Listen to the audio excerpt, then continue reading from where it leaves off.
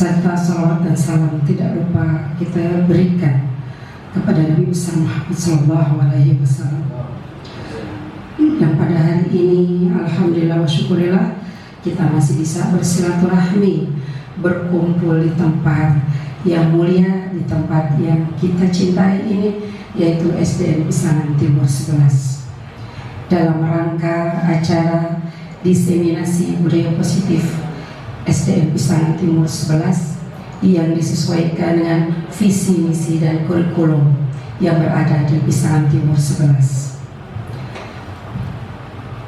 Yang terhormat Ibu Kepala Sekolah Dasar SDN Pisangan Timur 11, Ibu Haja Sumiati SPD.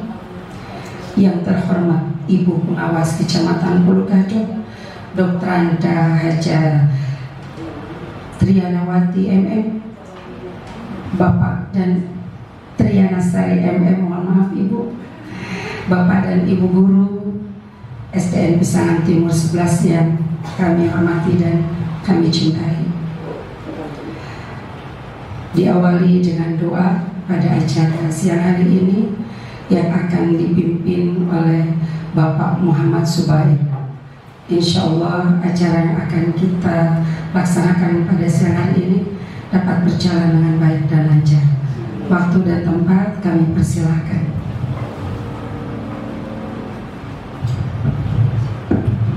Assalamualaikum warahmatullahi wabarakatuh.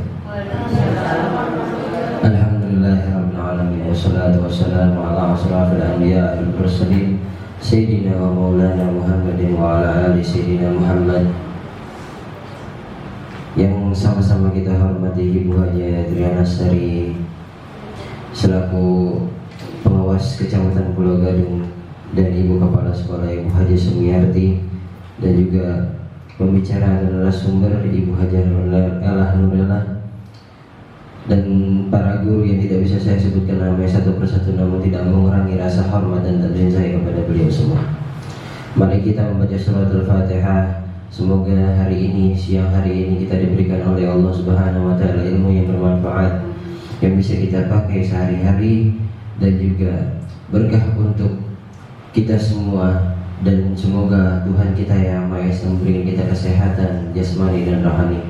Ala haziniyah wa likuliniyatin sholihah wa ila hadratil habib Muhammadin sallallahu alaihi wasallam ala nabi asrarul al-Fatihah. A'udzu billahi minasyaitonir rajim. Bismillahirrahmanirrahim. Alhamdulillahi rabbil alamin. Ar-Rahmanir Rahim. Maliki yaumiddin. Iyyaka na'budu wa iyyaka nasta'in. Ihdinas siratal mustaqim. Siratal ladzina an'amta 'alaihim ghairil maghdubi 'alaihim waladdallin. Amin. Rabbighfir lana wa liwalidina. Amin.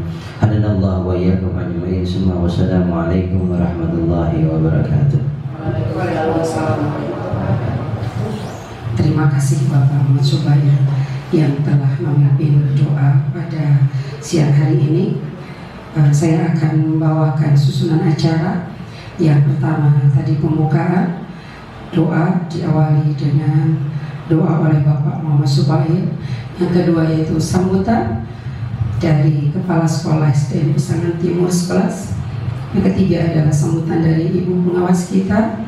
Yang keempat yaitu diseminasi budaya positif yang akan dibawakan oleh narasumber yang hebat pada hari ini, yaitu Ibu Haja Elah Nurela MPD. Yang pertama, saya berikan waktu dan tempat untuk Ibu Kepala Sekolah untuk memberikan sambutannya. Terima kasih.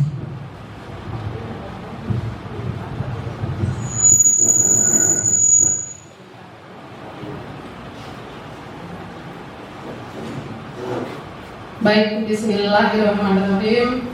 Assalamualaikum warahmatullahi wabarakatuh. Waalaikumsalam warahmatullahi wabarakatuh. Yang saya hormati yaitu Ibu Pengawas SD Kecamatan Pulau Gadung, Ibu Dr. Anda Haja Triana Sari MM, Yang saya hormati rekan kita yaitu Ibu Hajah Nur Elah MPD yang akan menyampaikan diseminasi tentang budaya positif. Yang kami hormati Bapak Ibu guru semuanya yang tidak saya sebut satu persatunya, namun mudah-mudahan tidak mengurangi rasa takzim saya kepada Bapak Ibu semuanya.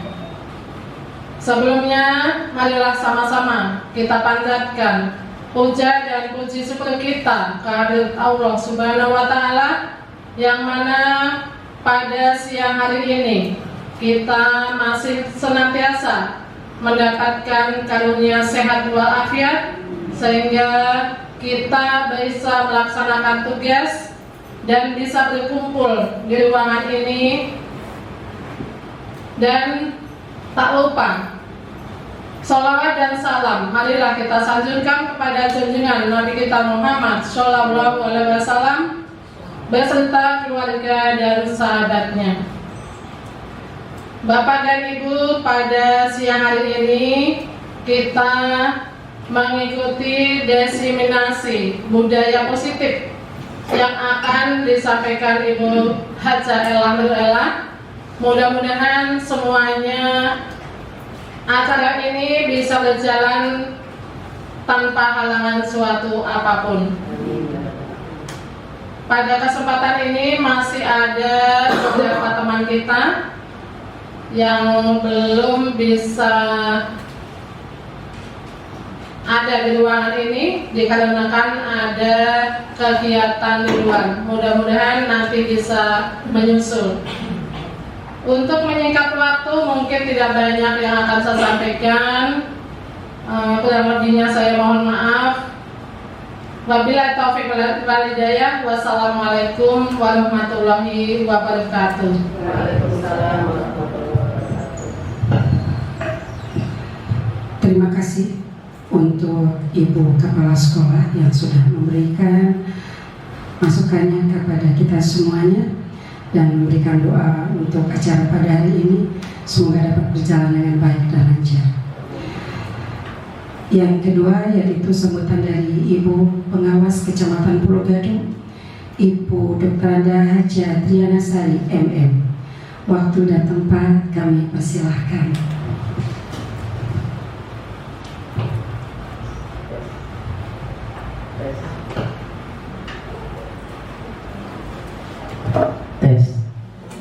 Terima kasih. Bismillahirrahmanirrahim. Assalamualaikum warahmatullahi wabarakatuh. Selamat siang, salam sejahtera untuk kita semuanya. Alhamdulillahirabbil alamin. Wa bihi nasta'inu ala umuri dunya waddin. Wassalatu wassalamu ala asrofil anbiya'i wal mursalin wa ala alihi wa sahbihi ajma'in, amma ba'du. Yang terhormat Ibu Hajah Sumiarti, Kepala Sekolah SDN Pisangan Timur 11. Narasumber pada hari ini Ibu Hajah Elah Nur Elah MPD. Bapak dan Ibu guru, Wakil Kepala Sekolah ada? Ada. Iya, yang berbobot ya, sama dengan saya. Kemudian Tendi yang saya banggakan. Alhamdulillah kita bersyukur pada Allah Subhanahu wa Ta'ala berkat ridhonya hari ini yang pertama bisa bersilaturahmi. Yang kedua, selamat kepada Bapak dan Ibu yang sudah menikmati liburan ya Bu Hajah. Liburan selama 2 minggu. Tetapi Bu Hajah, kemudian Mas Irfan dan juga teknik lain tidak bisa libur. Kemudian Bapak Ibu guru juga harus melaksanakan tugas ya piket ya Bu Hajah Elah. Ini semua karena tugas ya. Terima kasih Bapak dan Ibu guru yang sudah menyelesaikan 1 semester sehingga anak-anak kita bagi rapot tepat waktu. Walaupun kelas 1 dan 4 model baru. Tapi alhamdulillah ya, karena narasumber berada di sekolah kita, Ibu Haja Ella, jadi tidak kebingungan. Ya, mana guru kelas 1? Iya, tidak kebingungan kan Bu? Ada apa-apa? Tinggal tanya sama Bu Haji kita. Ya, kelas 4-nya? Iya, tidak ada kesulitan juga? Alhamdulillah, terima kasih Bu Haja Ella. Dan tidak hanya di sekolah ini ya, di binaan 3, kemudian di Kecamatan Pulau Gadung, alhamdulillah beliau sebagai narasumber. Kemudian operatornya nih Mas Irfan Jagoan Kecamatan Pulau Gadung. Terima kasih Mas Irfan, terima kasih Bu Haja yang selalu mendukung, tidak hanya untuk Kecamatan Pulau Gadung, tetapi untuk Pak Kasatlak dan Ibu Pengawas, beliau yang ditenteng-tenteng. Luar biasa lengkap di sini ya. Jadi alhamdulillah ini mutiara-mutiara berada di Pisangan Timur 11. Kemudian selamat juga kepada Bapak dan Ibu yang baru mendapatkan SKKKI. Coba siapa yang di sini? Iya, wah luar biasa. Bagaimana rasanya? Coba ingin tahu bagaimana sih rasanya? Sangat bersyukur Bu. Alhamdulillah perjuangan kemarin akhirnya udah bisa sampai di tahap ini. Semoga kedepannya bisa ikut P3K dan CPNS. Amin ya robbal alamin. Itu kehendak kita ya sebagai orang tua. Luar biasa. Jadi sedih ya. Ibu bagaimana Bu? Alhamdulillah yang pertama jelas bersyukur ya Bu. Setelah itu senang, bahagia, jadi lebih semangat. Kemudian jadi terlihat proses nanti ke depannya seperti apa. Lebih semangat. Bagaimana kalau kemarin sebelum KKI? Semangat juga Bu. Khawatirnya kemarin tidak semangat. Benar nggak Bu Haji? Kemarin sudah semangat, sekarang tambah semangat. Iya, terima kasih luar biasa ya. Ini yang kita harapkan ya Bu Haja. Jadi tidak hanya yang bersangkutan, Bapak Ibu guru, Tendi, semuanya ingin habis ya, tidak ada yang honor. Tetapi Allah belum memberikan bagian. Sampai kita lembur ya Mas Irfan. Hari Sabtu, Minggu lembur sampai malam. Hari Minggu begitu diguyur hujan lagi. Ya. Itu nikmat semuanya. Tetapi karena kita ikhlas ya, walaupun tidak liburan, walaupun awal tahun harus berada di Satlak, indah. Karena apa? Perjuangan untuk anak-anak berhasil sangat luar biasa ya. Kepala sekolahnya juga begitu, hujan-hujan. Yang tidak hadir kepala sekolah, saya jewer. Kenapa? Kok tidak mendukung? Begitu ya. Tetapi alhamdulillah semuanya mendukung. Pasatlah hari Sabtu dengan alat peraga, bicaranya karena hilang suaranya, tetapi dengan semangatnya, dengan giginya. Dan alhamdulillah hari Minggu sudah mulai keluar suaranya Bu Haja. Masya Allah, ini suatu tantangan untuk orang tua untuk memperjuangkan anak-anaknya. Tetapi dengan adanya seperti ini, hasilnya memuaskan. Kita berdoa semuanya. Bagi yang belum harus bersabar dulu ya, harus bersabar. Ibu yang belum ya? Sudah kakak belum? Iya, harus bersabar ya sayang. Berarti belum waktunya. Walaupun memang banyak ya sekolah yang memerlukan. Di sini juga demikian ya. Tetapi Allah belum memberikan rezeki. Jadi harus bersabar lagi. Tetapi jangan putus asa, ya bersabar, berusaha dan berdoa itu. Tetapi ngajarnya semakin semangat, ya seperti itu. Kemudian berikutnya, terima kasih kepada Ibu Haja yang sudah membimbing Bapak Ibu guru di sini sehingga sekolah ini lebih bagus, prestasinya lebih meningkat. Walaupun jalannya melipir, ya luar biasa ini emas berlian, intannya berada di sini, ya. Kemudian berikutnya ikuti semua yang ada di sekolah, tata tertibnya, peraturannya, programnya, ya. Kemudian jangan saling menyalahkan satu sama lain, tetapi harus guyup. Ada apa? Tidak boleh ketinggalan, ya. Bersama-sama, sakitnya merasakan bersama, senangnya rasakan bersama. Itu kuncinya, harus kompak. Kemudian hari ini terima kasih Ibu Hajasum yang sudah melaksanakan kegiatan diseminasi budaya positif yang akan disampaikan oleh Ibu Haja Ella sebagai narasumber yang sangat luar biasa.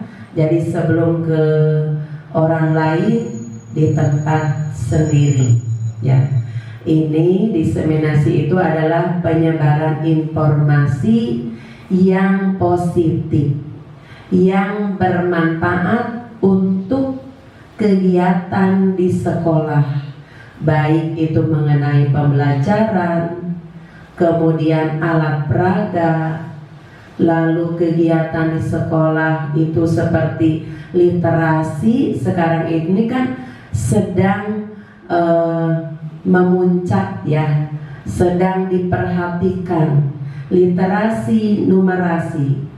Terbiasa literasi, insya Allah numerasinya juga seimbang itu. Tetapi kalau literasinya belum terbiasa, belum dibiasakan, numerasinya pun tidak akan maju. Tetapi kalau literasi, insya Allah numerasinya juga maju. Dan juga alhamdulillah setiap kegiatan Bu Haji Sum selalu menyampaikan laporannya sangat luar biasa, baik itu KBM, kemudian eskulnya, lalu prestasi anak-anak yang selalu muncul. Dan juga pada hari ini sedang ada kegiatan juga ya Bu Haja. Hari ini juga sedang ada kegiatan.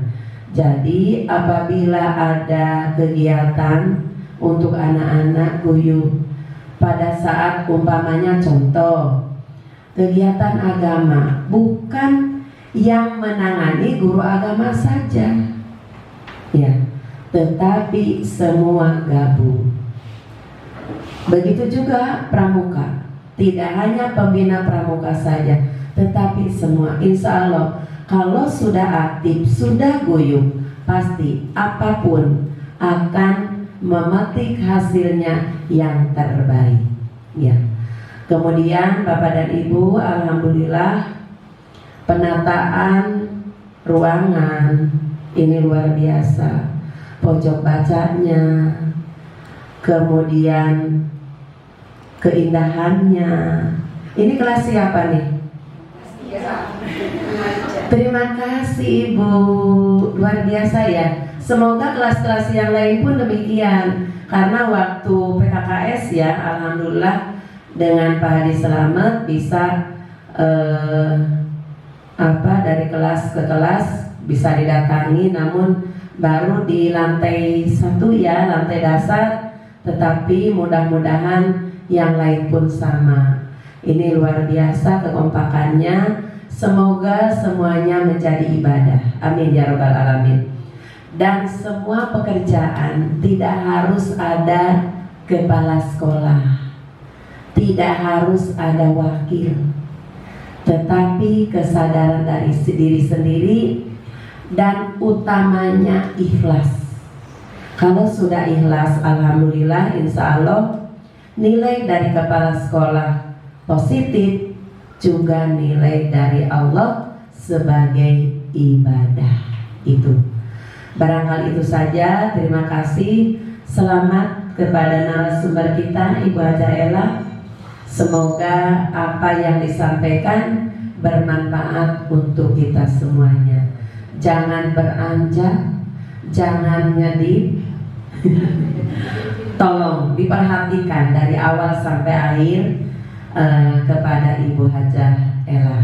Kemudian silahkan tanya jawab, jangan sungkan-sungkan Bapak dan Ibu. Begitu ya Bu Haja Ella. Barangkali itu saja. Terima kasih atas perhatiannya. Sukses untuk keluarga besar SDN Pisangan Timur 11. Terima kasih. Billahi taufiq wal hidayah. Wassalamualaikum warahmatullahi wabarakatuh. Terima kasih banyak Ibu Haja Triana Sari MM. Masya Allah. Ingat nama saya, Triana Wati Evistiawati, yang sudah memberikan kita banyak ilmu, banyak nasihat, banyak masukan, juga doa. Insya Allah doa yang sudah Ibu berikan kepada kami semuanya menjadi kenyataan. Amin ya rabbal alamin. Dan kita semuanya menjadi guru yang amanah. Amin ya rabbal alamin. Dan juga tadi sudah dijelaskan sedikit tentang diseminasi oleh Ibu Kepala Sekolah kita. Mungkin nanti banyak sekali yang akan bertanya, apa sih itu diseminasi budaya positif, gitu ya. Jangan malu-malu, jangan takut-takut, jangan ragu-ragu. Insya Allah nanti akan dijelaskan oleh narasumber kita. Ya, narasumbernya nggak jauh-jauh Bu, dari SDN Pisangan Timur 11. Jadi kita nggak perlu repot-repot ngampupin, ya. Bercanda. Tetap ya, tetap profesional. Oke. Tetap profesional. Karena insya Allah ilmu yang diberikan oleh beliau nanti akan bermanfaat untuk kita semuanya dan menjadi ladang pahala untuk ibu narasumber kita. Insya Allah ilmunya nggak akan selesai sampai akhir hayat, pahala terus menerus berjalan. Amin ya rabbal alamin. Dan lanjut ya Bu ya ke acara selanjutnya, itu acara-acara yang kita tunggu-tunggu pada hari ini, pada siang hari ini. Semoga siang hari ini dengan kita mengikuti kegiatan diseminasi budaya positif SDN Pisangan Timur 11 yang disesuaikan dengan visi misi kurikulum yang ada di Pisangan Timur 11 ini akan membawa kita menuju kemajuan, menuju kesuksesan, ya, untuk anak didik kita, anak bangsa, juga untuk kita semuanya, para guru di SDN Pisangan Timur 11. Amin ya rabbal alamin. Waktu dan tempat kami persilahkan.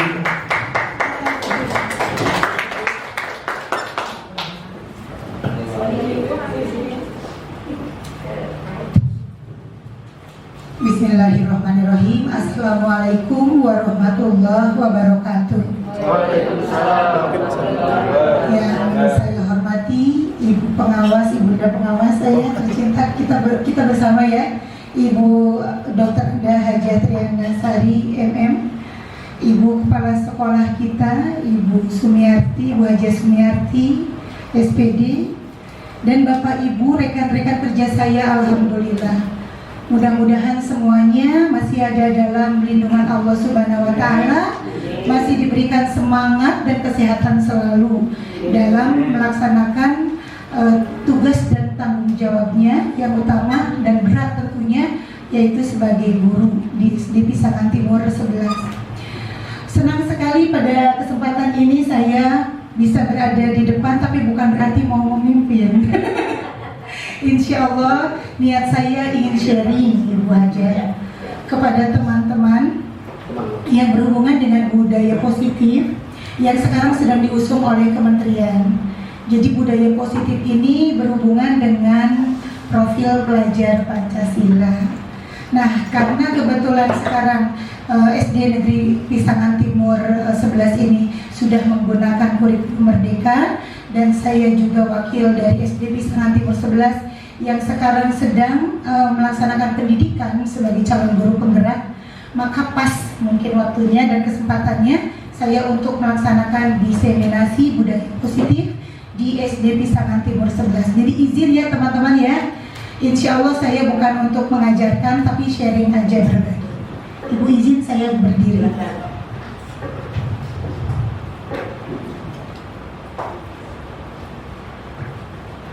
Nah, teman-teman, tujuan kita berkumpul di sini, ya saya berdiri di depan, mohon maaf. Ini adalah untuk memotivasi warga sekolah agar memiliki, meyakini, menerapkan visi atau nilai-nilai kebajikan yang disepakati, sehingga tercipta budaya positif yang berpihak pada murid. Nah, jadi tugasnya adalah memang saya menyampaikan informasi ini sedalam-dalamnya kepada Bapak Ibu guru, bukan kepada siswa-siswinya. Baik, selanjutnya kita ketahui bersama bahwa pendidikan yang diusung oleh Bapak Ki Hajar Dewantara ini memiliki tujuan, yaitu menuntut segala kodrat yang ada pada anak-anak agar mereka dapat mencapai keselamatan dan kebahagiaan yang setinggi-tingginya, baik sebagai manusia maupun sebagai anggota masyarakat. Pendidikannya dapat menuntun tumbuh atau hidupnya kekuatan kodrat yang ada pada anak-anak agar dapat memperbaiki lakunya, bukan dasar hidupnya, dan tumbuhnya kekuatan kodrat anak. Bahasa ini sangat simpel tapi berat. Bapak Ibu bisa cermati bersama kalau melihat ke sini bahwa tugas kita bukan untuk memintarkan anak. Seorang pendidik atau guru itu bukan untuk memintarkan anak, tapi betul-betul kita mendampingi segala kodratnya dia. Bagaimana dia bisa menemukan keselamatan dan kebahagiaan di dalam hidupnya, sampai keselamatan dan kebahagiaan itu bisa bermanfaat sebagai bekal dalam kehidupannya. Jadi kalau misalkan kita pergeseran paradigma tentunya ada dalam hal ini. Kita yang selama ini selalu berkejar-kejaran dengan nilai, begitu Ibu, selalu ingin anak-anak kita cerdas dan unggul dalam nilai pelajaran dari yang satu ke yang lainnya. Nah, sekarang kita kembalikan bahwa tujuan pendidikan bukan untuk memintarkan anak, tapi bagaimana agar kita sebagai guru bisa mendampingi kodratnya mereka agar betul-betul mereka bisa mencapai suatu keselamatan dan kebahagiaan dalam hidupnya. Nah, selanjutnya kita masuk ke visi SD Negeri Pisangan Timur 11. Saya sekedar juga mengingatkan bahwa visi dari SD Negeri Pisangan Timur 11 ini adalah terwujudnya peserta didik yang beriman dan bertakwa, berbudi pekerti luhur, bernalar kritis, dan kreatif sesuai dengan nilai-nilai Pancasila. Dan ini tentunya tidak dibuat oleh saya sendiri, bukan? Ya, kita sama-sama ketika awal tahun ajaran merumuskan visi misi ini dilihat dari kontekstual, bagaimana letak sekolah kita, bagaimana kekuatan dan kelemahan, serta potensi dan kesempatan yang ada pada diri sekolah kita. Nah, dari EDS itu kita buat rumusan dari visi ini. Kita kenali sama-sama Bapak Ibu bahwa visi kita tidak ada untuk memintarkan siswa, tidak ada untuk memintarkan. Artinya insya Allah ini sudah sesuai dengan tujuan pendidikan, begitu ya. Nah, sekarang bagaimana caranya gitu ya. Jadi bukan hanya sekedar slogan, bukan hanya sekedar apa yang dituliskan, tapi tanggung jawab kita sebagai guru adalah menciptakan suatu lingkungan positif itu sendiri di sini. Bagaimana lingkungan positif itu yang terdiri dari warga sekolah yang saling mendukung, tadi juga sudah disampaikan oleh Bunda kita, lalu saling belajar, Insya Allah mudah-mudahan kalau memang saya dianggap sebagai pilot project atau orang yang pertama sekarang sharing dengan ibu dan bapak, mudah-mudahan besok ada yang lainnya yang mengikuti untuk sharing, berpartisipasi secara aktif. Dan terakhir, memberikan ruang yang cukup bagi prakarsa, kreativitas, kemandirian sesuai dengan bakat, minat, dan perkembangan fisik serta psikologis peserta didik. Nah, kita sekarang bercermin kepada sekolah kita, Bapak Ibu. Alhamdulillah, mudah-mudahan tinggal kita menentukan bagaimana di kelas kita bergeser paradigma dari yang biasanya kita duduk jadi berdiri, dari yang biasanya kita stuck diam jadi bergerak. Anak bergerak, kita bergerak. Anak senang, kita senang. Artinya ketika anak-anak itu akan diberikan, kitanya memberikan ruang dulu untuk menyenangkan anak. Nah, itu insya Allah sudah kita lakukan di kelas. Ada bernyanyi, bertepuk, gerak-gerak. Saya lihat di kelas 2 gitu ya. Nah, artinya dengan ini semua Bapak Ibu, insya Allah mudah-mudahan sudah dilakukan di kelas masing-masing. Nah, sekarang kita lihat juga dari sekolahnya. Sekolah kita alhamdulillah di semester ini nambah lagi ekskulnya, Ibunda. Jadi semakin banyak, saya semakin senang. Anak-anak selalu ada kegiatan di sekolah yang tentunya kegiatan itu positif. Nah, artinya orang tua semakin betah diam di rumah karena anak-anaknya anteng ada di sekolah ya. Lebih senang anak-anak ada di sekolah daripada ada di rumahnya masing-masing. Nah, pada kesempatan ini teman-teman semua, saya akan membawakan tentang budaya positif itu sebenarnya apa sih? Yang kita tahu, oh ini baik, ya kan? Oh ada ekskul banyak, itu baik. Anak diberikan ruang untuk beraktivitas, itu baik. Tapi sebenarnya apa sih budaya positif itu? Di sini ada 6 pilar yang saya akan sampaikan. Yang pertama tentang disiplin positif dan nilai-nilai kebajikan. Nanti kita akan sama-sama kupas. Lalu yang kedua ada teori motivasi, hukuman, penghargaan, dan restitusi. Mungkin Bapak Ibu ada yang baru dengar kata-katanya, saya juga baru dapat gitu ya. Jadi ini hal baru dari kementerian yang tentunya kenapa diseminasikan gitu ya, agar kita semuanya paham. Yang ketiga, keyakinan kelas. Ya, keyakinan kelas. Yang keempat, kebutuhan dasar manusia dan dunia berkualitas. Lalu selanjutnya ada restitusi 5 posisi kontrol. Nah, kata-kata asing nih ya, apa tuh gitu. Lalu yang terakhir adalah restitusi tentang segitiga restitusi. Baik, kita masuk yang pertama, disiplin positif dan nilai-nilai kebajikan universal. Di sini kita telaah bersama teman-teman semua, Bapak Ibu guru, disiplin positif biasanya kita maknai dengan sebuah kepatuhan. Anak patuh kita sebut disiplin, betul ya? Anak mengikuti aturan sekolah kita sebut disiplin, begitu ya? Nah, jadi biasanya kepatuhan ini kita sebutkan sebagai suatu kebiasaan dalam melakukan disiplin positif. Nah ya, nah sebenarnya menurut Dr. William Glaser dalam kontrol teori mengatakan ada 4 ilusi. Ini yang harus kita pahami. Ya, 4 ilusi dalam kontrol teori. Yang pertama adalah ilusi bahwa guru mengontrol murid. Artinya murid ini bisa patuh kepada guru. Hal ini sebenarnya adalah ilusi. Belum tentu anak patuh kepada kita, anak tersebut disiplin positif. Ya, jadi bisa jadi dia takut sama kita, bisa jadi dia terpaksa, ya walaupun tidak sesuai dengan hatinya, seperti itu. Nah, itu yang disebut dengan ilusi bahwa guru mengontrol murid. Pikiran kita kan kalau murid sudah kita berikan peraturan, atau kita berikan petunjuk, atau kita kita berikan suruhan, atau misalkan hal-hal yang lain yang kiranya bisa membuat dia melakukan sesuatu, dianggapnya kan anak itu patuh sama kita. Ya, seolah-olah anak itu dapat terkontrol oleh kita. Nah, padahal ini adalah suatu ilusi. Belum tentu murid bisa mau secara utuh dikontrol oleh kita. Jadi tidak hal yang sebenarnya. Yang kedua adalah ilusi bahwa semua penguatan positif itu efektif dan bermanfaat. Penguatan positif ini bujukan Bapak Ibu.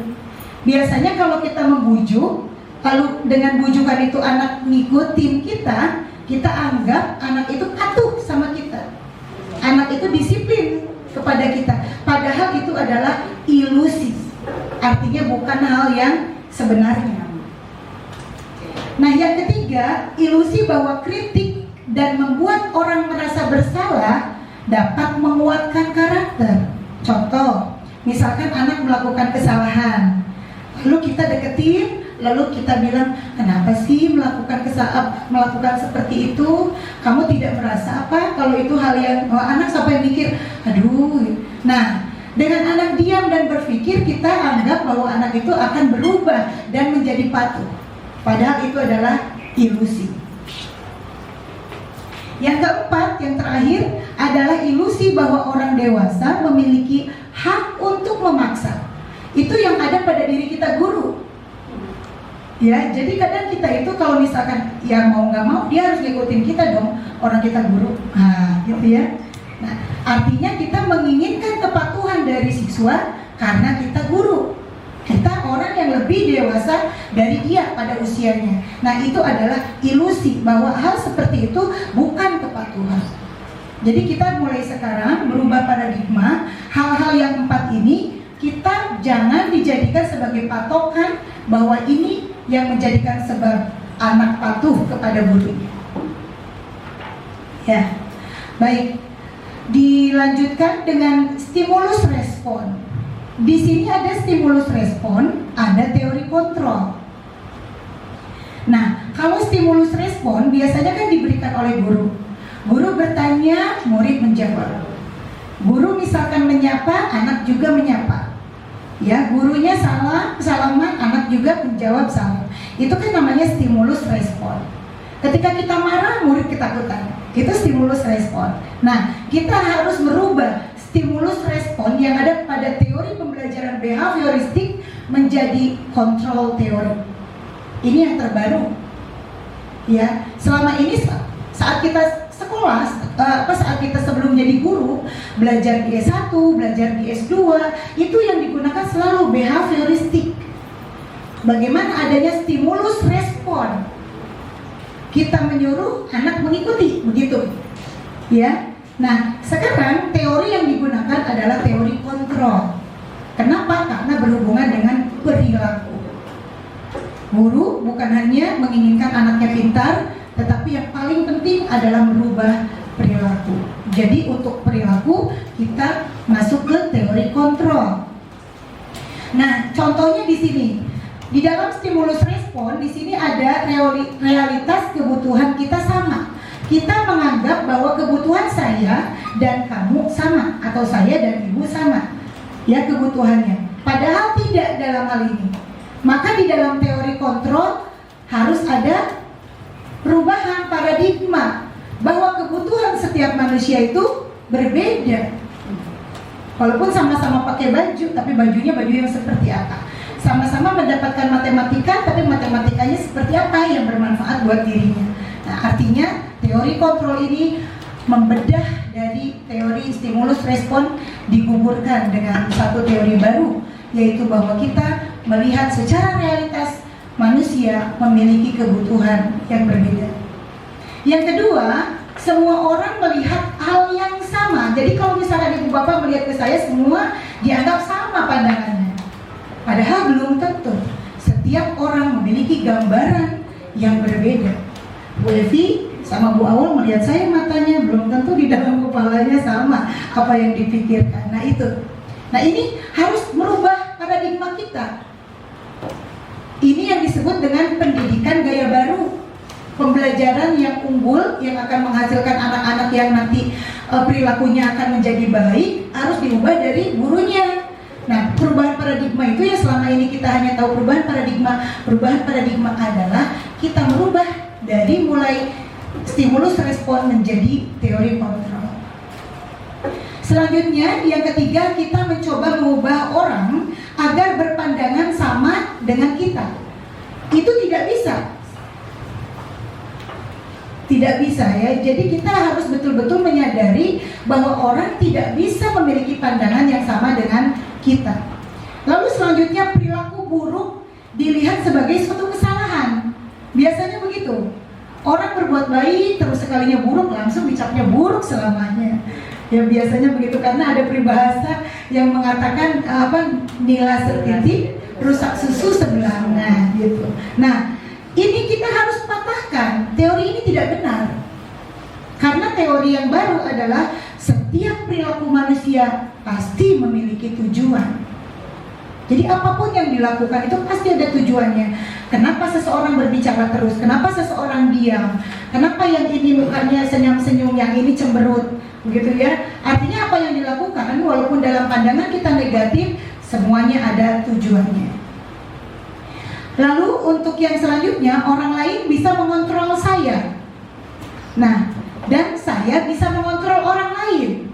Ini juga harus dipatahkan. Karena tidak ada manusia yang bisa saling mengontrol kecuali diri kita sendiri. Saya memaksakan ibu bapak. Kalau ibu bapak dari tadi diam aja di kantor, ya mungkin tidak akan kesini. Ya kan? Artinya bukan saya bisa mengontrol ibu bapak, bukan seperti itu. Nah, duduknya ibu bapak di sini juga karena dari keinginan diri sendiri. Artinya teori kontrol yang berlaku, bukan adanya stimulus respon. Bukan karena ada ibu pengawas lalu duduknya bersama-sama. Begitu ya. Nah, lalu selanjutnya pemaksaan ada pada saat bujukan gagal. Biasanya kalau sudah ngebujuk-bujuk terus paksa aja. Nah kan begitu biasanya sama murid ya. Nah ini stimulus respon yang juga harus dipatahkan. Karena pada teori kontrol, kolaborasi itu yang diperlukan. Jadi makanya muncul kompetensi baru pada abad 21 itu, bagaimana kita punya kekuatan dan bisa berkolaborasi dengan orang yang punya kekurangan. Jadi saling melengkapi. Bukan merasa wah sendiri paling unggul, yang lain ditinggalkan. Nah selanjutnya yang terakhir adalah model berpikir kalah menang. Yang tadi karena merasa paling unggul, jadi dia yang anggapannya paling menang. Ini pun teori yang harus dipatahkan. Karena pada teori kontrol, model berpikirnya harus win-win solution. Harus sama-sama menang. Nggak ada sama-sama kalah, sama-sama menang. Ya, oke, baik. Selanjutnya nilai-nilai kebajikan itu sebenarnya apa? Nah, nilai-nilai kebajikan itu adalah suatu nilai-nilai atau prinsip mulia yang dianut oleh seseorang sebagai alat kontrol diri. Dan kita harus yakin bahwa setiap manusia memiliki nilai itu. Tidak ada nilai kejahatan sekecil apapun yang ada pada diri manusia. Setiap manusia semua memiliki nilai-nilai kebajikan. Lalu kenapa ada yang berbuat jahat tadi? Kembali lagi kepada teori kontrol, bahwa manusia melakukan sesuatu karena ada tujuan. Begitu ya. Baik. Selanjutnya adalah nilai-nilai kebajikan seperti apa yang akan kita terapkan di SD Pisangan Timur 11 sesuai dengan visi dan misi kita. Nah, yang teori yang diperoleh terbaru adalah bahwa kebajikan, nilai-nilai kebajikan universal itu pada kurikulum Merdeka yang sekarang kita sudah lakukan untuk kelas 1 dan 4 terlebih dahulu, dan kelas 2, 3, 5, 6 kemarin juga rapotnya sudah ada ya. Ini berkiblat pada profil pelajar Pancasila. Jadi ada 6 pilar. Kemarin saya tanya kepada orang tua di musola. Saya tanya, Bapak Ibu sudah tahu ini? Belum. Sudah baca nggak kata-kata ini? Pernah nemu nggak? Belum. Ya Allah, kemarin ngambil rapot bagaimana? Padahal sudah ada di barisan paling atas. Ya, jadi aduh nggak baca Bu, orang yang saya lihat nilainya itulah Bu. Jadi paradigma kita belum berubah, belum bergeser. Orang tua masih kekeh dengan nilai. Bahkan ada yang maksa-maksa pengen ranking 1. Saya bilang ini ranking semua. Satu kelas 28 anak ranking semua. Bu, masa nggak ada ranking 1? Masih kekeh juga ingin menjadi pemenang. Padahal semua adalah pemenang. Baik, nilai-nilai kebajikan ini bukan hanya di profil pelajar Pancasila, ada juga nilai-nilai kebajikan pada IBO Primary Years Program, PIP. Ini nilai-nilai kebajikannya yang diusung, tapi kita sudah berkiblat kepada profil pelajar Pancasila, artinya ini sudah masuk, sudah include di dalam profil pelajar Pancasila. Ada toleransi, rasa hormat, integritas, mandiri, menghargai, dan seterusnya. Jadi nilai-nilai itu bukan kalimat yang panjang, ya, dan ini yang harus meresap pada diri setiap manusia. Baik, selanjutnya ada juga nilai-nilai kebajikan sesuai dengan 9 pilar karakter Indonesian Heritage Foundation. Ini adalah IHF, ya. Ada cinta Tuhan dan segenap ciptaannya, kemandirian dan tanggung jawab, kejujuran diplomatis, hormat dan santun. Ini juga per kata-kata, ya, artinya nilai-nilai kebajikan itu hanya setiap kata. Lanjut, untuk nilai kebajikan yang lain, ini juga diusung oleh petunjuk seumur hidup dan keterampilan hidup, atau kita sebut sebagai lifelong guideline and life skills. Ini di sini ada keterampilan hidup dan petunjuk hidup.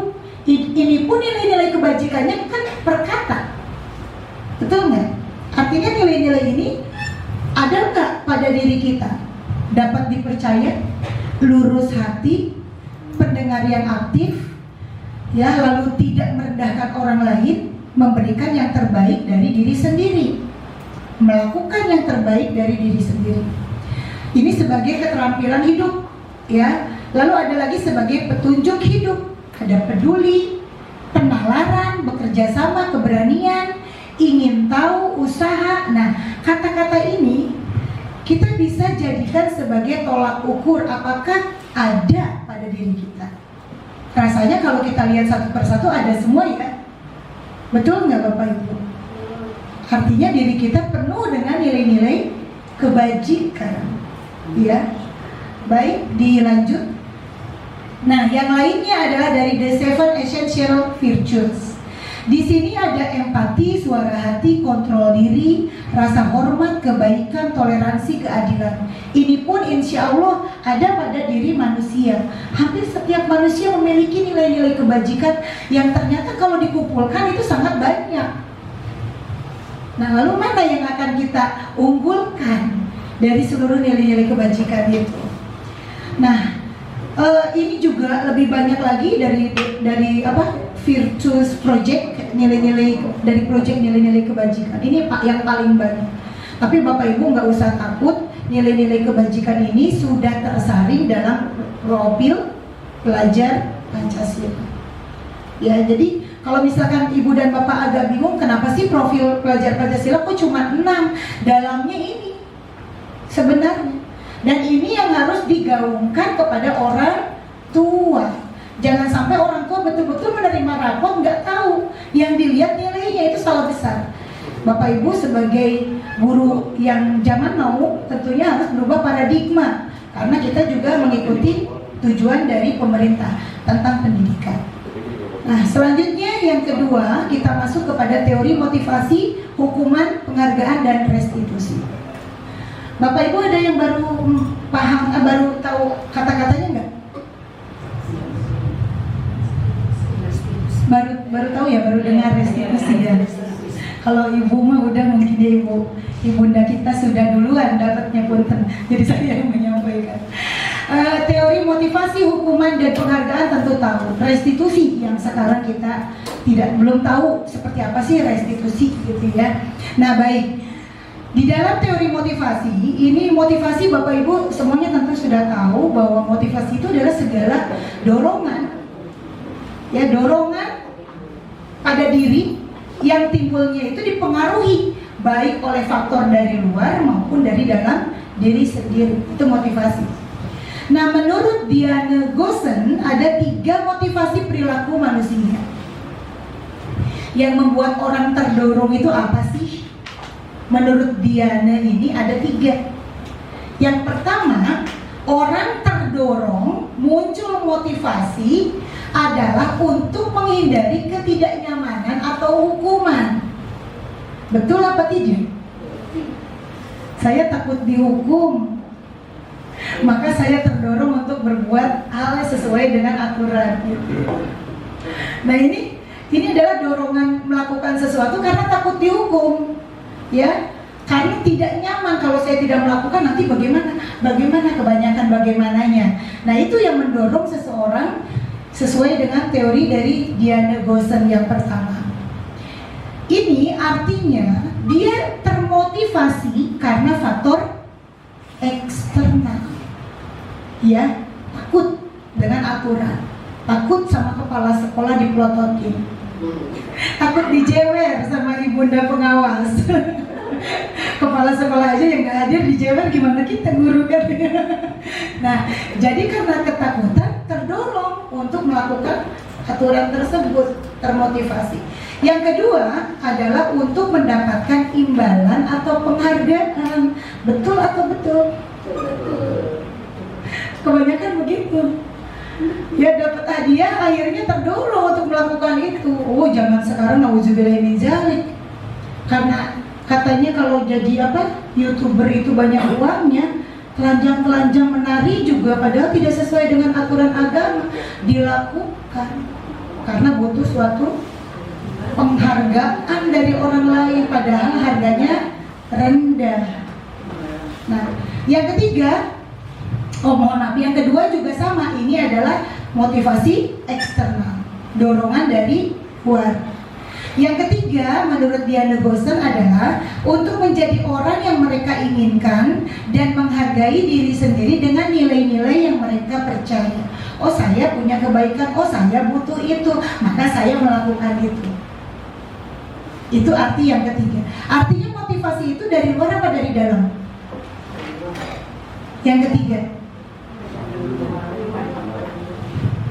dia menginginkan segala sesuatu dalam dirinya, menghargai dirinya sehingga dia melakukan itu. Dari luar apa dari dalam? Dari dalam. Nah, jadi dari ketiga ini yang paling bagus motivasi itu yang mana? Dari luar, dari dalam, Bapak Ibu? Dari dalam. Nah sekarang kalau guru-guru sudah paham bahwa nilai-nilai kebajikan itu harus kita ungkapkan, harus kita keluarkan dari diri sendiri tanpa diperintah, maka tugas kita adalah bagaimana anak-anak kita memiliki motivasi dari dalam atau intrinsic motivation. Oke, selanjutnya tentang hukuman, penghargaan, konsekuensi, dan restitusi yang tadi. Kita lihat perbedaannya. Hukuman itu sesuatu yang menyakitkan. Anak dihukum, suruh di luar, ya, lompat jongkok bolak-balik, sakit nggak? Capek nggak? Gitu ya. Nah, itu hukuman. Lalu tidak nyaman untuk jangka panjang, dia akan ingat terus. Saya pernah gara-gara ketinggalan buku lompat kodok dari ujung ke ujung. Ya, itu hukuman. Artinya tidak sesuai dengan apa yang diperbuat. Kan cuma ketinggalan apa namanya?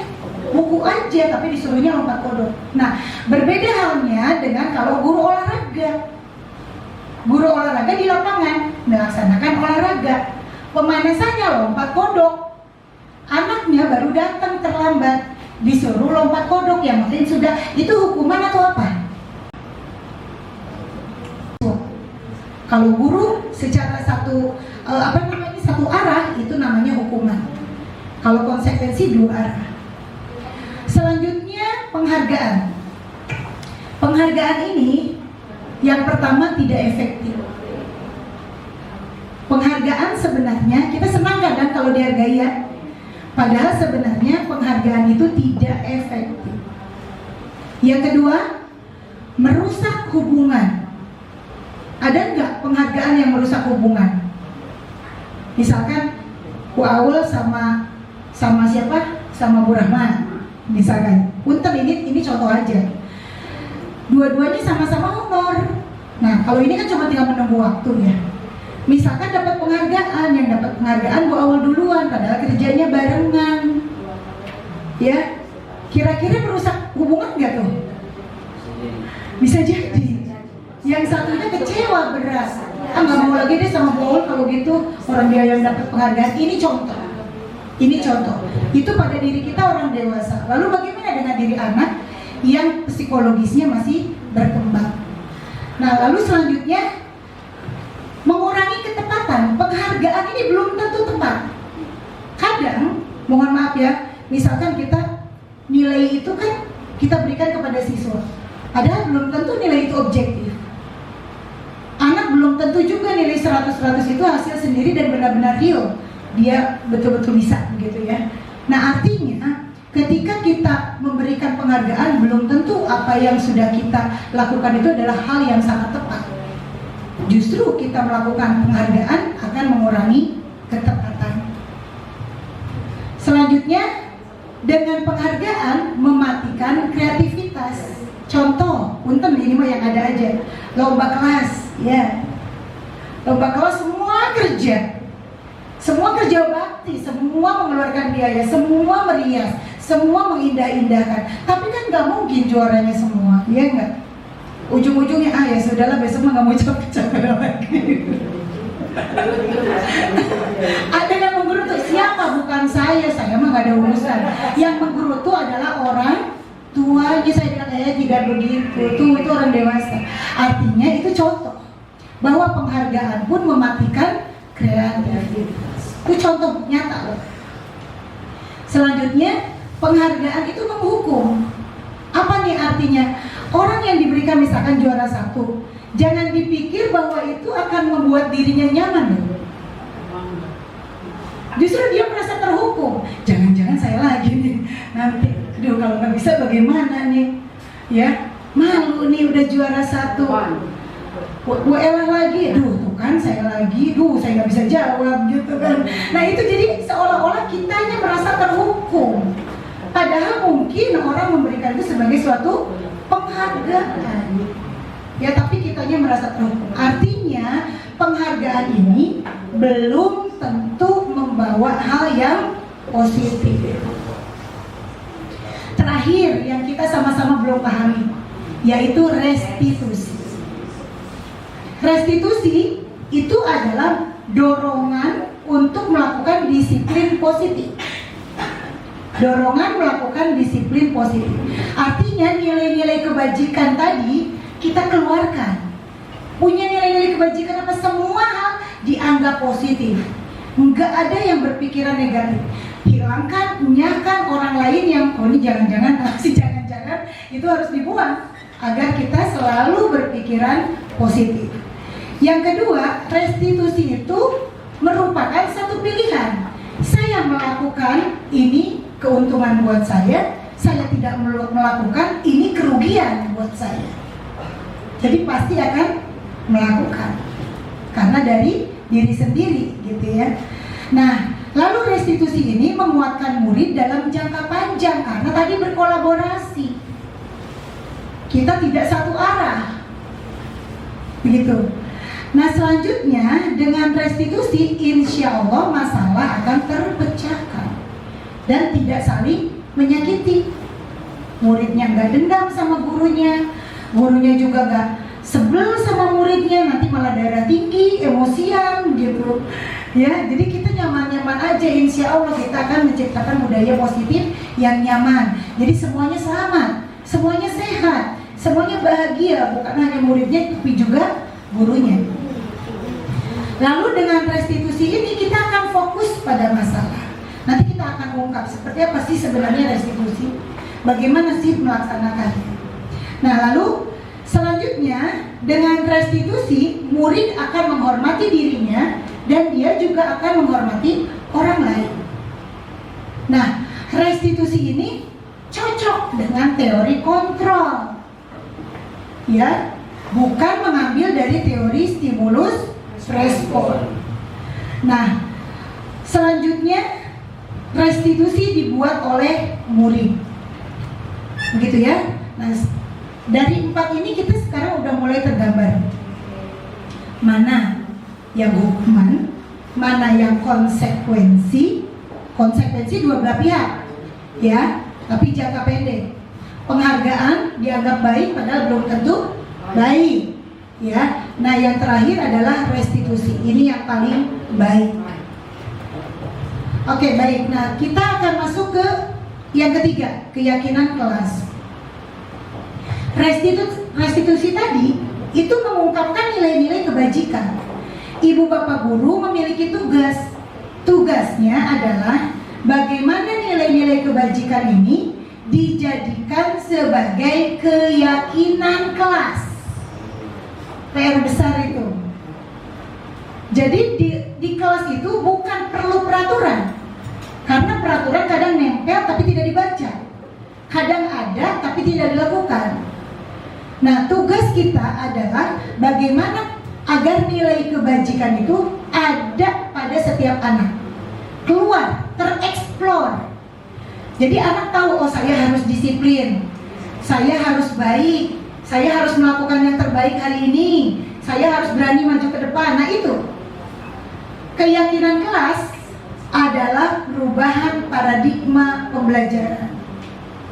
Nah, budaya positif untuk Bapak dan Ibu guru adalah bagaimana kita mengeluarkan dari motivasi intrinsik anak dalam bentuk nilai-nilai kebajikan pada keyakinan kelas.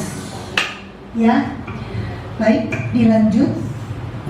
Nah, keyakinan kelas ini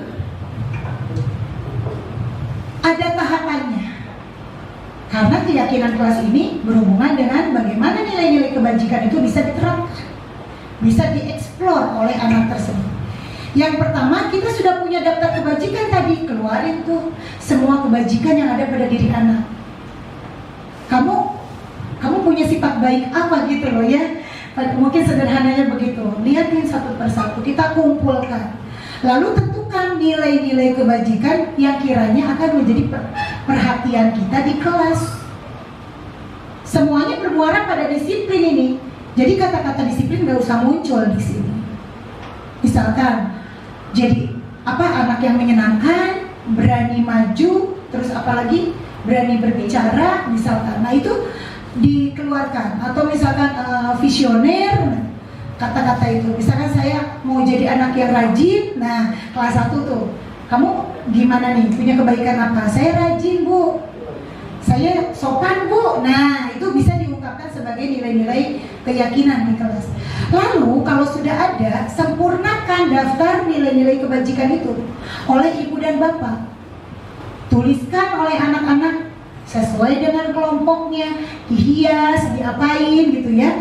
Setelah itu, buatkan poster, tempel di kelas. Gitu aja.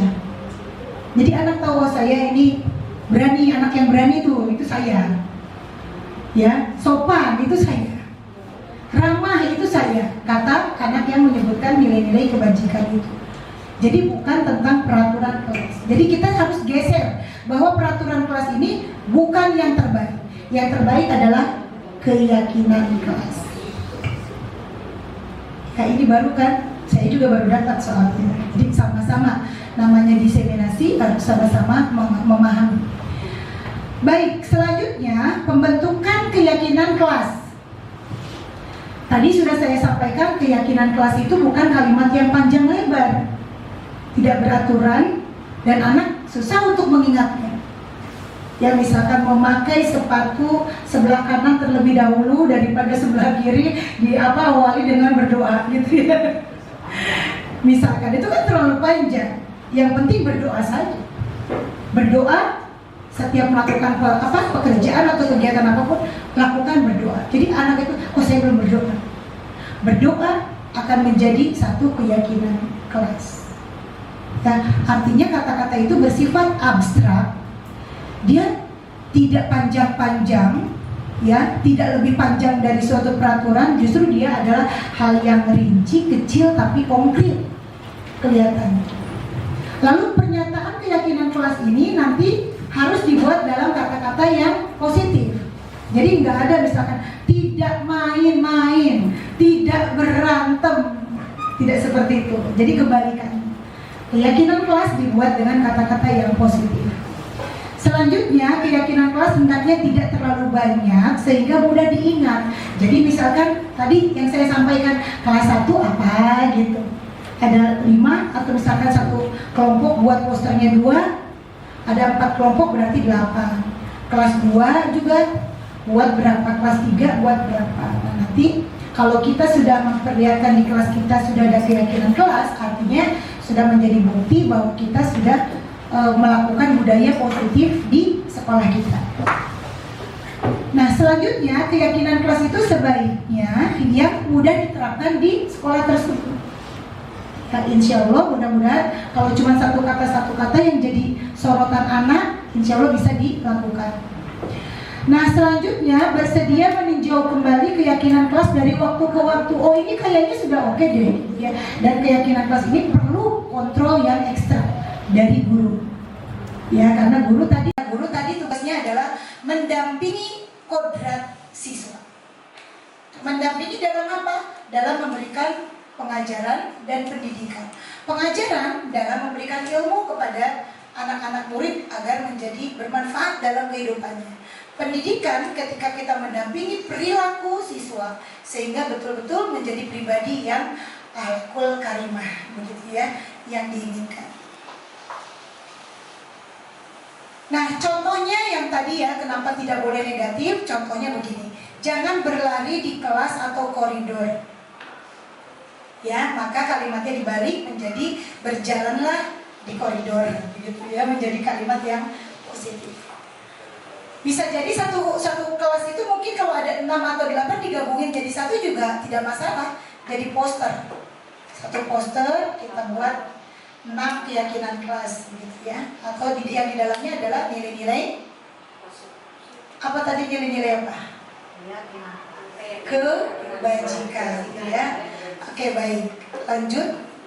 Nah, lalu bentuknya seperti apa di kelas nih? Ada banyak bentuk. Ada tampak seperti, tidak tampak seperti, ya.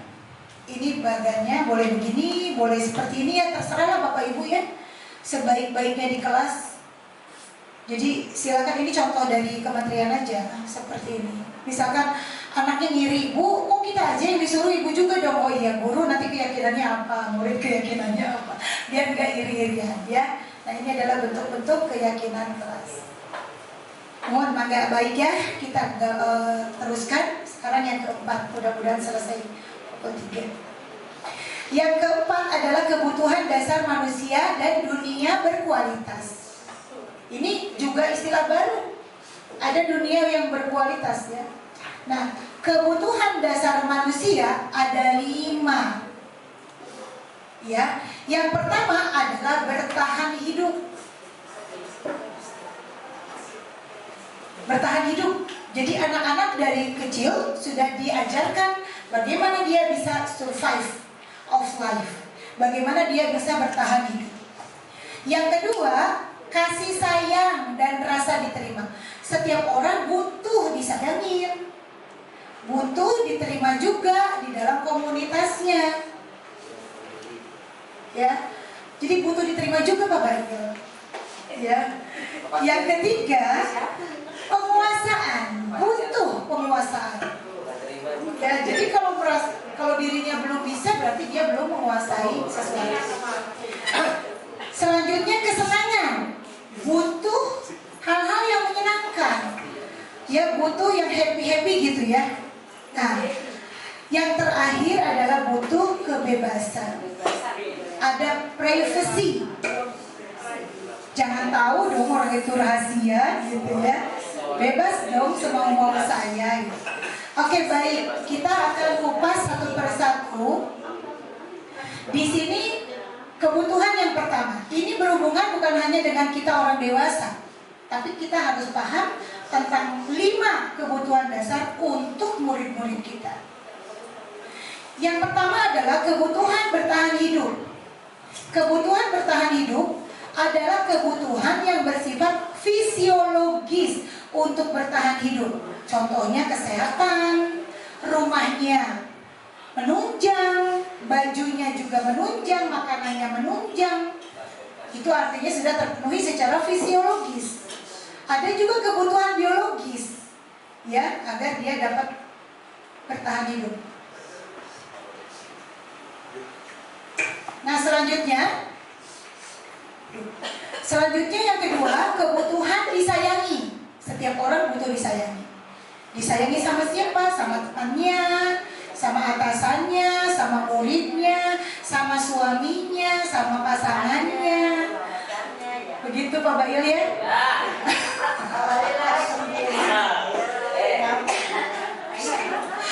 Nah, yang ketiga, nanti biar kita tahu kenapa sih kita harus tahu kebutuhan dasar.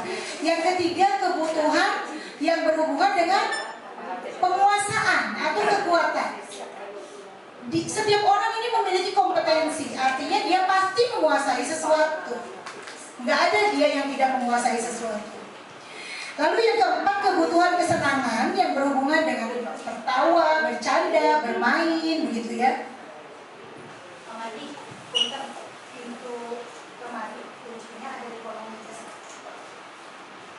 Selanjutnya yang terakhir adalah kebutuhan akan kebebasan. Nah, kebutuhan ini kita harus pahami ada 5 loh ya.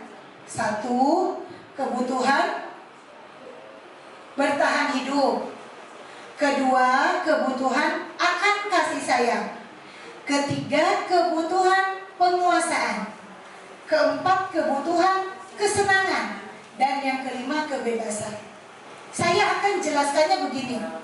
Anak-anak kita terkadang kan berbeda-beda. Ya, ke kelas berbeda-beda.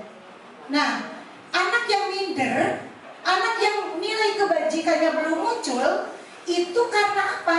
Karena kebutuhannya belum terpenuhi. Jadi ini berhubungan. Contoh, anak itu sebenarnya memiliki nilai kebajikan, inginnya berani. Tapi di rumah makannya cuma dengan kerupuk aja. Dia bawa ke sekolah, ya, bawa ke sekolah, gabung sama teman-temannya, kira-kira malu apa enggak? Nah, kita harus paham itu. Artinya ketika dia melakukan sesuatu menjadi pemalu, belum tentu itu sebagai karakternya. Tapi karena dia belum mencapai kebutuhannya. Ada anak yang urakan, nggak bisa diem, loncat sana loncat sini kayak kutu loncat. Nah, kita lihat kebutuhannya bagaimana di rumahnya, kebutuhan dasarnya. Ternyata dia pas ditelaah, pas diobservasi, dia kurang kasih sayang dari orang tuanya. Bisa jadi orang tuanya bercerai. Wah, sekolah kita itu banyak banget orang tuanya yang bercerai. Ya, bahkan banyak anak yang di akte kelahirannya cuma ibunya saja, nggak ada bapaknya. Nanti akan ditemukan oleh anak-anak kelas 6 tuh yang mau ujian, mau bikin ijazah, ya nggak ada nama bapaknya, ibunya aja. 1, kan nggak mungkin ya perempuan hamil sendiri, nggak ya? Nah, jadi kebutuhan-kebutuhan itu kita harus pahami. Kembali lagi kepada bagaimana kodratnya manusia, dia melakukan sesuatu karena satu tujuan. Nah, selanjutnya adalah dunia berkualitas. Ini pun adalah istilah yang baru bagi kita. Kita akan menciptakan dunia berkualitas, Bapak Ibu, yaitu tempat khusus yang ada pada pikiran kita, di mana tempat itu menyenangkan, mengasihkan, menghebohkan, paling wah, tapi menurut kita, bukan menurut orang lain. Nggak ada orang lain yang tahu tentang dunia berkualitas kita. Jadi ketika orang itu mau melakukan sesuatu, bisa jadi dia sebenarnya tahu, oh saya mah gampang gitu mah bisa, cuma dia nggak maju ke depan. Artinya dia punya dunia berkualitas, tapi tidak mau tereksplor. Nah, sekarang tugas guru adalah bagaimana agar dunia berkualitas anak ini kita eksplor, ya, kita tarik. Oke, Mas Riz. Nah, kita di kelas bisa membuat lingkaran begini, Bapak Ibu. Besok, ya. Lingkaran yang besar, 1 karton, atau lingkaran boleh buat anak-anak, misalkan 1 kertas gambar. Lalu kita berikan ruang itu, berikan ke setiap anak tanpa anak berbicara dengan temannya. Biarkan dia mengeksplor tentang dunia berkualitas dia. Pertanyaannya kita pajang di depan papan tulis. Siapa orang-orang yang paling penting dalam hidupmu?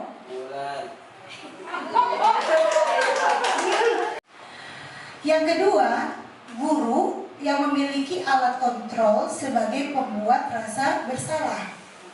Biasanya kalau ada anak yang melakukan suatu kesalahan, kita suka, ya ampun kamu ini, kok kamu lagi sih, gitu ya. Kamu lagi yang bikin kesalahan, pengen jewer tapi nggak bisa jewer, takut dilaporin. Begitu Bunda. Nah, ini kalau kita melakukan hal seperti itu dengan kalimat-kalimat seperti itu, berarti kita sedang menjadi guru yang memiliki alat kontrol pembuat rasa bersalah. Ada lagi kita sebagai guru yang menjadi teman. Kamu ya udahlah, nggak kerjain PR sekali mah nggak apa-apa, tapi besok jangan lupa ya kerjain PR ya. Nah, itu adalah guru sebagai teman, ya. Lalu yang keempat, guru sebagai pemantau. Dilihat mana yang tidak mengerjakan PR, angkat tangan. Ada kan yang seperti itu? Ya kan, pasti ada lah. Saya juga ada kok di salah satunya dari sini pastinya. Karena memang ini sudah biasa kita lakukan ya. Niatnya kan tadinya untuk mendisiplinkan tadi. Tapi kalau kita sekarang sudah tahu restitusi, maka kita harus berubah paradigma menjadi budaya positif. Nah, yang terakhir adalah guru sebagai manajer. Nah, guru sebagai manajer ini adalah guru yang berbuat sesuatu bersama dengan muridnya barengan. Dia mempersilahkan murid untuk memahami kesalahannya. Jadi bukan kita yang menunjuk, tapi dia menunjuk dirinya sendiri. Saya yang bersalah, saya yang tidak melaksanakan PR. Seharusnya saya melaksanakan PR sebagai bahan latihan saya. Maka konsekuensinya saya harus apa? Itu dia yang menyebutkan, bukan kita yang menunjuk. Ya. Oke, baik. Nah, saya berikan contoh. Contohnya di sini adalah anak sering tidak mengerjakan tugasnya. Contoh, si A sering banget tidak mengerjakan tugas. Sebagai seorang guru, kalau misalkan kita, ini kita sedang bercermin ya Bapak Ibu, kita sebagai penghukum, maka kalimat kita akan bicara seperti ini. Kamu selalu saja tidak membuat tugas. Patuhi aturan dong. Hormat ke tiang bendera di luar selama jam Bapak. Begitu Pak?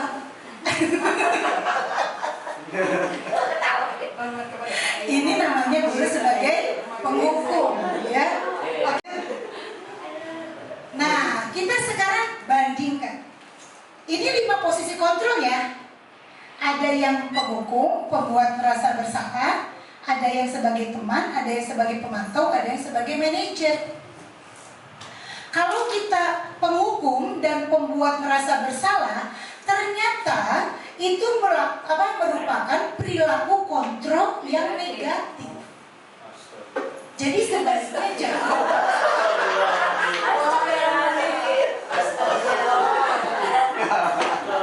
Artinya kita salah sebagai guru mengajarkan anak berperilaku negatif.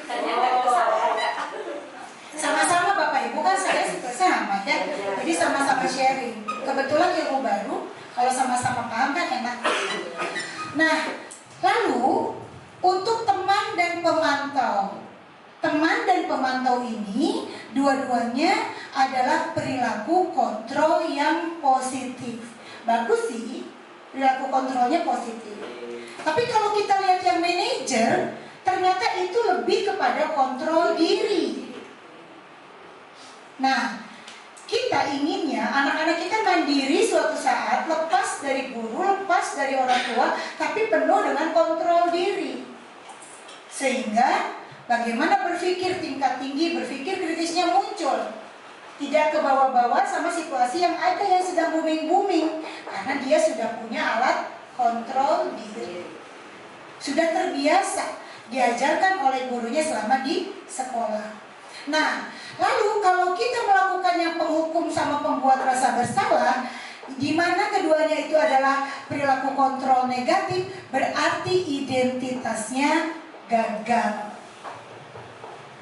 Ya, nah lalu kalau teman, pemantau, manajer itu termasuk kepada identitas yang sukses. Coba yang sukses itu tetap yang paling bagus adalah sebagai apa? Manajer. Nah, dari keseluruhannya, coba kita lihat motivasinya. Yang intrinsik yang mana? Hanya yang manajer saja. Yang lainnya penghukum, itu motivasi ekstrinsik. Pembuat merasa bersalah juga motivasi ekstrinsik. Artinya nggak ada dari diri sendirinya untuk berubah. Hanya ketakutan dihukum Bu Evi gitu ya, nggak bisa nggak baca juz amma gitu ya. Terus padahal Bu Evi baru hukum yang baik banget ya. Nah, lalu sebagai teman juga itu sama, sebagai motivasi ekstrinsik. Bahkan sebagai pemantau pun itu adalah motivasi ekstrinsik. Jadi bagi kita sekarang, kita mulai beralih. Kalau kita ingin anak-anak kita keluar motivasi intrinsiknya, maka kita jadilah sebagai manajer. Begitu ya. Oke, baik. Nah, selanjutnya yang terakhir, sedikit lagi insya Allah, ini balikan kepada nilai-nilai kebajikan.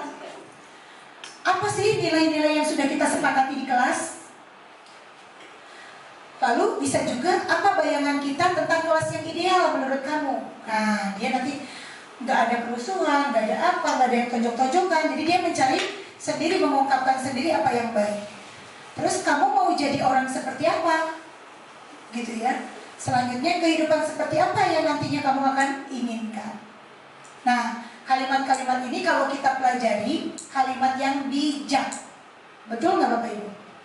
Kita panggil anaknya, kita stabilkan dulu, tenangkan dulu, kita biarkan dia untuk mengakui kesalahannya sendiri, memvalidasi sendiri, baru kita kembalikan kepada keyakinan kelas. Makanya keyakinan kelas itu penting atau tidak? Perlu ada di kelas atau tidak? Nah, makanya mulai besok mungkin kita sama-sama buat seperti itu, ya. Nah, yang terakhir adalah dari Standar Nasional Pendidikan, bahwa dalam penerapan program disiplin yang positif ini, hendaklah guru memiliki standar kepribadian, profesional, dan sosial yang baik, di mana guru mampu berefleksi pada posisi kontrolnya saat ini. Bagaimana perjalanan dirinya akan menjadi seorang among atau posisi manajer yang menuntun murid-murid menjadi insan yang mandiri, merdeka, dan bertanggung jawab. Demikian mungkin dari saya untuk budaya positif. Mudah-mudahan menjadi ilmu baru buat kita semua, menjadi pengetahuan yang baru. Mudah-mudahan bisa kita terapkan dan insya Allah akan kita lihat hasilnya dari anak-anak kita. Jadi temperamennya mudah-mudahan nggak muncul, udah nggak ada yang emosional lagi. Kita sama-sama memperbaiki diri dan kedepannya insya Allah mudah-mudahan guru-guru SD bisa nanti 11 lebih oke. Lalu sekolahnya juga lebih mantap. Mantap, bukan mantap ya, lebih mantap lagi ke depannya insya Allah. Mungkin itu saja yang bisa saya berikan. Terima kasih atas perhatiannya. Bila ada tanya jawab mangga, saya tunggu, dipersilakan. Wabillahi taufiq wal hidayah. Wassalamualaikum warahmatullahi wabarakatuh. Saya kembalikan kepada Bu Evi.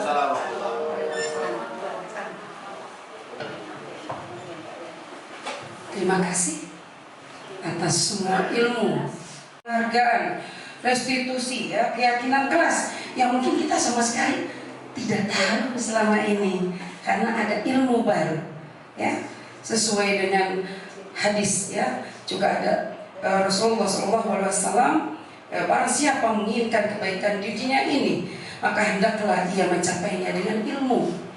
Barang siapa yang menginginkan kebaikan di akhirat, maka ia harus mencapainya juga dengan ilmu.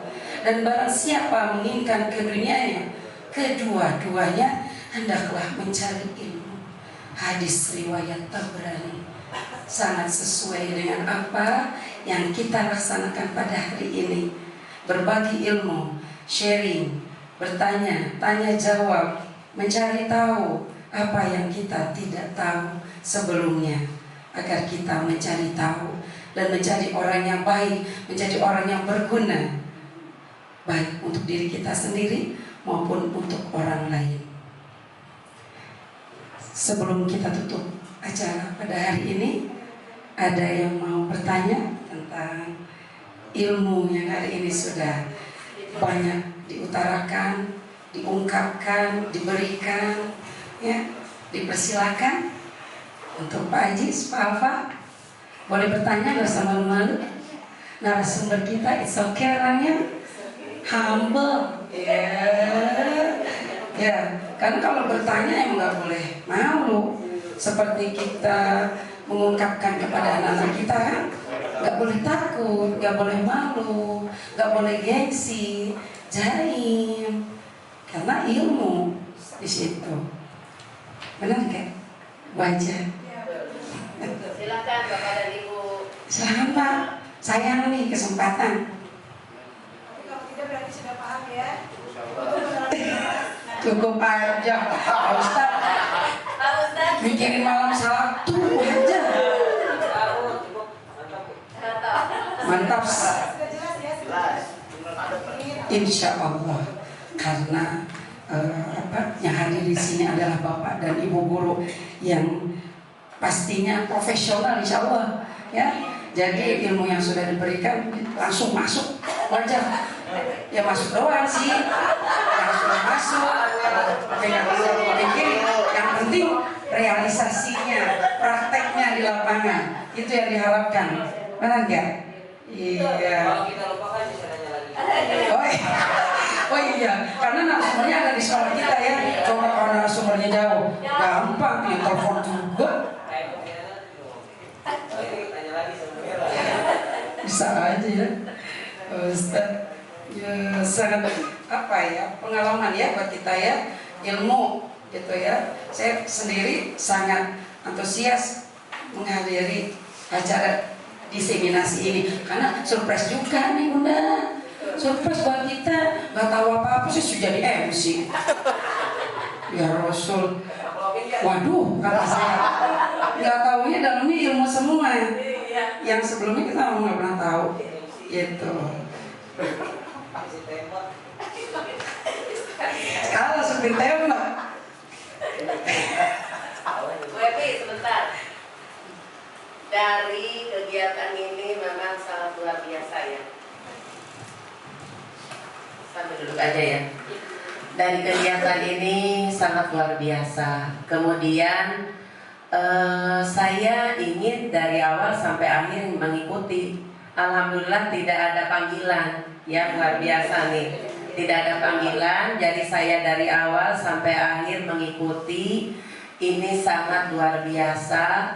Semoga apa yang disampaikan oleh Ibu Hajah Ella dilaksanakan di SD Pisangan Timur 11 pagi oleh Bapak dan Ibu. Kemudian nanti kita lihat hasilnya ya Bu Hajah Ella. Nanti kita melihat hasilnya. Semoga ini menjadi contoh di Kecamatan Pulau Gadung. Amin. Amin. Tepuk tangan untuk kita semuanya. Pembawa acaranya walaupun tembakan luar biasa, narasumbernya yang hebat, peserta seminarnya yang sangat luar biasa, semangat semuanya. Ya, saya lihat tidak ada yang ngantuk, tidak ada yang jealous. Saya perhatikan satu persatu, ini luar biasa. Karena terlihat di pancaran wajah ya, kalau yang kayaknya terpaksa di sini tidak ada. Alhamdulillah ya. Jadi semuanya ikhlas, apa yang tadi sampaikan di awal ikhlas semuanya. Kemudian ini sangat luar biasa ya. Dan mohon dukungannya untuk Bu Hajah Ella, calon guru penggerak angkatan ke-7 ya Bu Hajah. Angkatan ke-7, karena yang angkatan kemarin sudah panen ya, sudah panen, mudah-mudahan terrealisasi. Dan mohon dukungannya untuk Bu Hajah Ella, mudah-mudahan tidak ada hambatan, perjalanan mulus. Kemudian kalau ada apa-apa mohon izin, inilah tempatnya ya. Dan tidak hanya di sekolah ini Bu Hajah Ella, mohon izin nanti kalau perlu di wilayah atau di kecamatan, saya siap mendukung ya untuk kebersamaan kita, prestasi kita ya. Kecamatan Pulau Gadung, melambung tidak tanggung-tanggung. Kemudian saya kan tadi bertanya nih kepada Bu Hajah Suh, ada lagi enggak? Setelah Ibu Hajah Ella ada katanya Pak siapa nih? Yang di belakang ya, yang pakai batik ya Pak? Kemarin sudah ikut ya? Belum Ibu, masih masa kerjanya belum cukup ini. Tapi sudah mencoba kan? Sudah mencoba, kemudian Bapak? Coba tapi gagal Bu. Tapi gagal. Pertama gagal, kedua berhasil, pasti. Ya. Kita doakan semuanya ya. Bapak yang berbakti, mohon maaf nih, ibunya belum hafal satu persatu ya. Pengantin baru. Nah, ini pengantin baru. Saya tertarik dengan pengantin barunya. Nyesel ya Pak ya? Kenapa tidak dari dulu? Gitu. Nah, biar motivasi masih yang lajang. Jadi jangan berlama-lama, kalau sudah cocok, kenapa tidak? Segera. Tidak ada bujangan yang kaya, tidak ada gadis yang kaya. Tetapi nanti setelah bersatu, wah luar biasa. Pas mau beli rumah, cukup. Pas mau beli kendaraan, ada. Begitu, ya. Ya kan Pak Ustadz?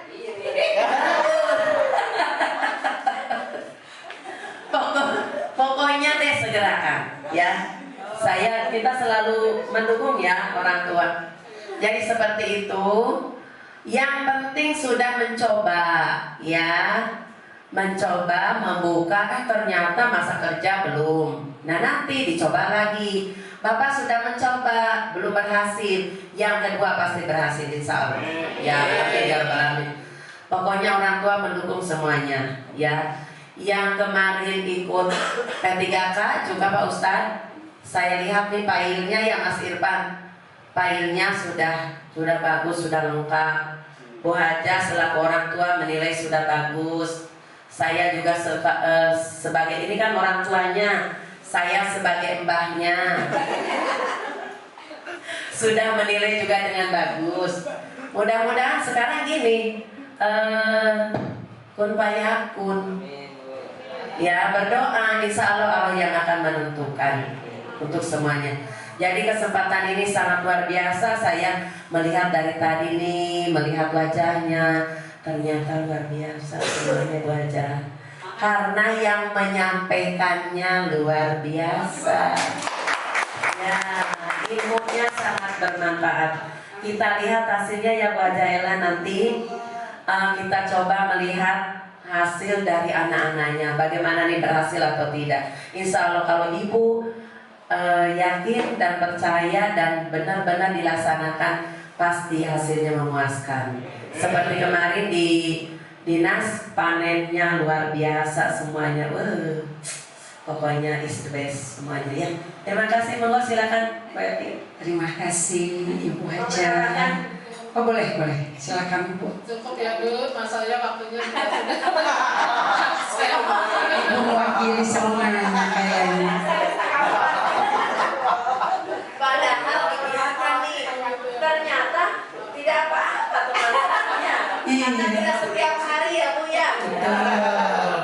Makanya dengan hadirnya Ibu Hajah juga suatu kejutan gitu, mau sampai pulang, mau sampai selesai. Padahal saya belum ngomong loh, tapi saya udah ngusuk kata-kata apabila ibu berkenan hadir sampai selesai acara, sampai foto bersama, sangat alangkah senangnya gitu. Alhamdulillah ibu udah punya ini feeling gitu, trik ya. Belum dipanggil aja tadi luar Bu, saya belum baru ngetap ibu luar. Ternyata feeling mau dipanggil luar.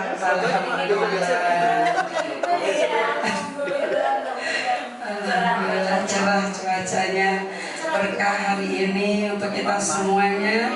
Semoga kita semuanya selalu dalam lindungan Allah, selalu diberikan kesehatan, keberkahan ya semuanya.